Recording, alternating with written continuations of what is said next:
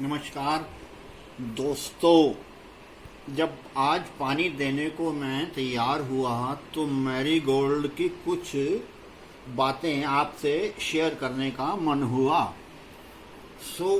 इसी श्रेणी में आपसे बात करने जा रहे हैं। ये देखिए कितने सुंदर हैं, कैसा सुंदर है ये फूल। ये देखो, ये सब जाते जाते फूल हैं। ये भी हाइब्रिड वैरायटी का फूल है, कितने सुंदर हैं। आज से 2 दिन के बाद इसको अगर कोई देखता है तो ये बिल्कुल जल के राख हो जाएगा, बिल्कुल मुरझा जाएगा। लोगों को पता नहीं लग पाता। जब बचपन था तो ऐसे ही होता था, गली वाले से 50 रुपए का पौधा ले लिया, हर हफ्ते फूलों से लदा हुआ, हफ्ते बाद में हमने उसे उखाड़ के फेंक दिया। इसके अंदर लोग बगिया तो बहुत दिखाते हैं, लेकिन उसका जो एसेंस है, उसका सार है, जो उसका जीव तत्व है, वहां तक कोई पहुंचता है। अब इसमें देखिए, आपको ये दिखाया जा रहा है, ये एक किस्म का माइट लगा हुआ है जिसे हम मकड़ी कहते हैं, लाल। ये हम दवाई से नहीं जाती, ना ये आपके नीम ऑयल से जाएगी, ना मीडाक्लोपिड से जाएगी। ये खास वर्ग होता है कीटनाशक यानी इंसेक्टिसाइड या पेस्टिसाइड का। अगर आपने अपनी डायरी में लिखना है तो लिख कर रख लीजिए। सबसे बड़ी गेंदे की समस्या ये है, कोई ऐसा इंसान मैंने दुनिया में नहीं देखा जो इस समस्या से ग्रस्त ना हो। अब इस पौधे में ना तो कोई बीमारी लगी है, और कीट की जहां तक बात है, सिर्फ और सिर्फ माइट ने इसको कहीं का नहीं छोड़ा। इसमें एक जाला लगता है और हजारों की तादाद में छोटे छोटे मकड़ियां होती हैं जो कि हमारी आंखों से नहीं दिखती। सूक्ष्म माइक्रोस्कोप होता है, सूक्ष्म दर्शी जिसे कहते हैं, उससे ये नजर आती हैं। हालांकि फूलों में किसी प्रकार की कमी नहीं है, लेकिन कमी इस आधार पर है, फूल खिल तो गया लेकिन उसका आकार छोटा है। ये खाना पहुंचाना की क्रिया में बाधक पेश करता है, ये प्रकाश संश्लेषण की क्रिया, और जितने भी ये प्लांट्स की जो न्यूट्रिशन है वहां तक पहुंचने नहीं देता। और खुद ही है मकड़ियां जो हैं इसकी नसों पर, ये ज्यादातर इसके निचले हिस्से में होती हैं, यहाँ पर पौधों के ये निचले हिस्से में।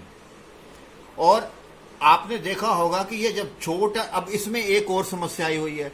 ये देखो, ये काले काले हैं, ये जिसे कहते हैं, ये एफिड्स, जिसे आप चेपा कहते हैं, तो इसके अंदर ये भी समस्या लगती है। आप गर्मी में लगा सकते हैं।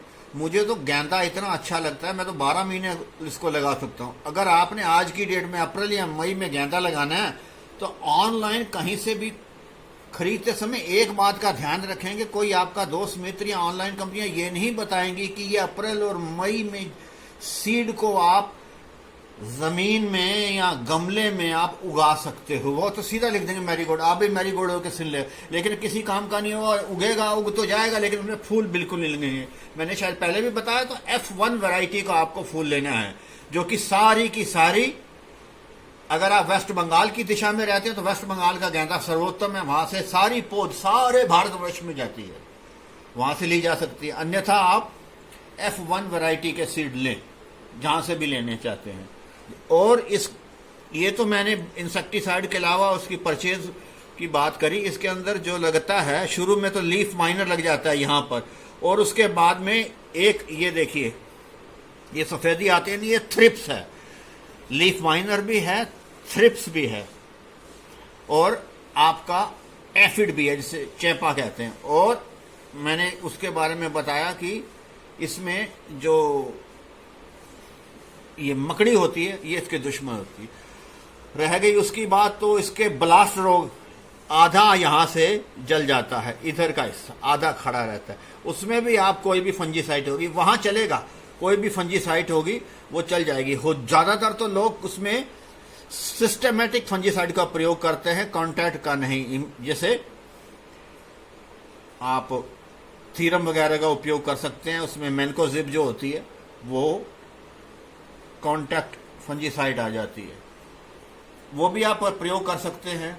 कॉन्टैक्ट और सिस्टमिक दोनों चल पाएंगी। तो ये तो इसमें एक बात है। हाँ, एक बात और, अब ये देखिए, अब जब किसान या मंडी में इस प्रकार के फूल, बता ना, आप सोचते होंगे, लेकिन आपने किसी के आगे जिज्ञासा प्रकट नहीं करी। कोई गुरु मिले तो आपको, तभी तो आप जिज्ञासा प्रकट होएगी ना। यहाँ आपका मन मस्तिष्क के न्यूरॉन इतने समृद्ध हो कि आपको प्रश्न पे प्रश्न आप फेंकते रहें। ये जो होता है, ये फूल आज की दृष्टि में ठीक है, ये लॉकडाउन का सीजन चल रहा है, उसमें तो किसी भी कीमत पर तैयार नहीं, वरना इस मौसम में ये 50-60 रुपए किसान किलो बेचता है, और यहाँ इसके कोई 50 पैसे भी नहीं देता। आपने देखा होगा कि ये जो फूल है, ये देखिए, इसको मैंने उखाड़ दिया है, इसमें कहीं भी कोई भी कमी नहीं है, जड़ों में निमिटोड नहीं है, इस फूल में पत्तियां बिल्कुल हरी हैं, कोई इसमें रोग नहीं है, कोई इसमें कीड़े नहीं लगे। बस ये इसका जंगलीपना है। ये जंगली बीज कैसे परागण हो जाते हैं स्वस्थ, जब हम अच्छे पौध का जो बीज करते हैं ना पैदा, तो बीज के अंदर आसपास का बीज और आप इसके जो वो परागकण होते हैं वो मिल जाते हैं।